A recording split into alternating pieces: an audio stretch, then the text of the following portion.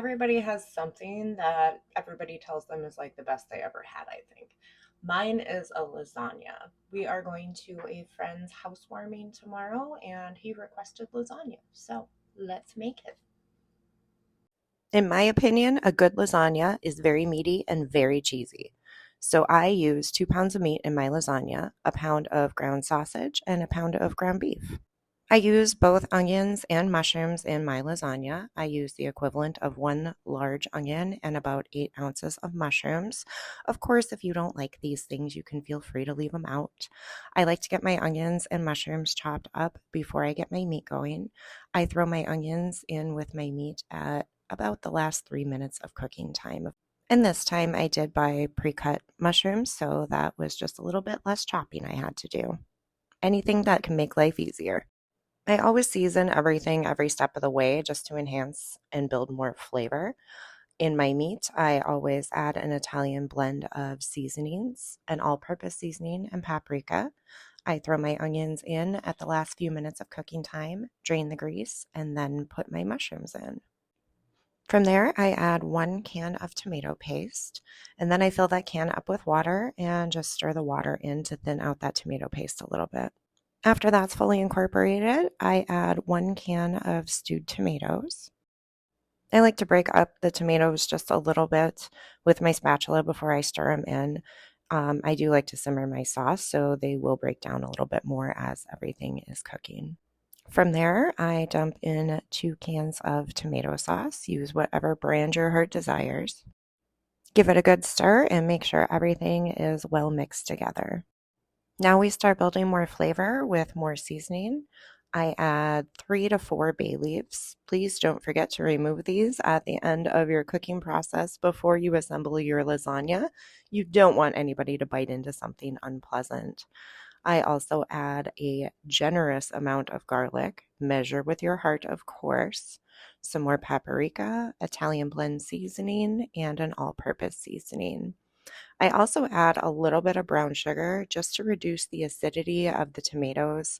I find that it greatly depends on what brand of tomato products you use as to how much sugar you need.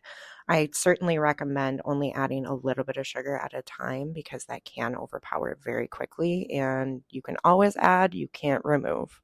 Give it all a good stir and make sure everything is fully incorporated. And then we are just going to put a lid on this and simmer it for a couple of hours. The simmering time really just depends on personal preference as well as how much time you have. And of course, taste everything as you go. Add more of whatever you feel it's missing if there is anything.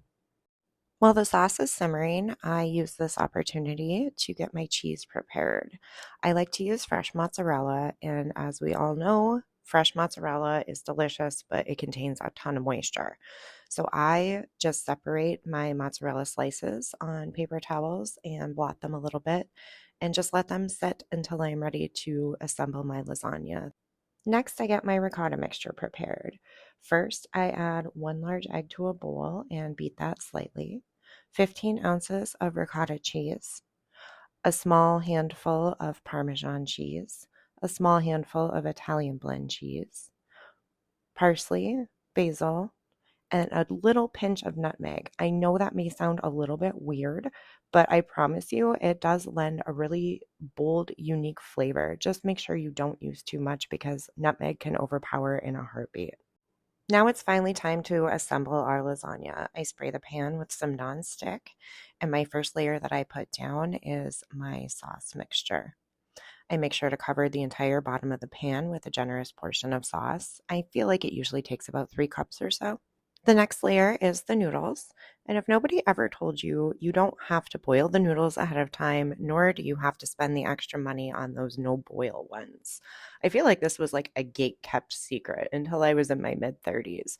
You can just put the raw, uncooked noodles right in the pan, and they will cook during the cooking process of a lasagna. I promise you. So if nobody ever told you that, you are very welcome. I hope you learned it earlier in life than I did. And I'm a little bit extra, so I like to fill in the edges with little broken pieces. That way, every bite has the same amount of noodles. You don't have to do this. And of course, if you don't like the way I layer my lasagna, you do you, boo.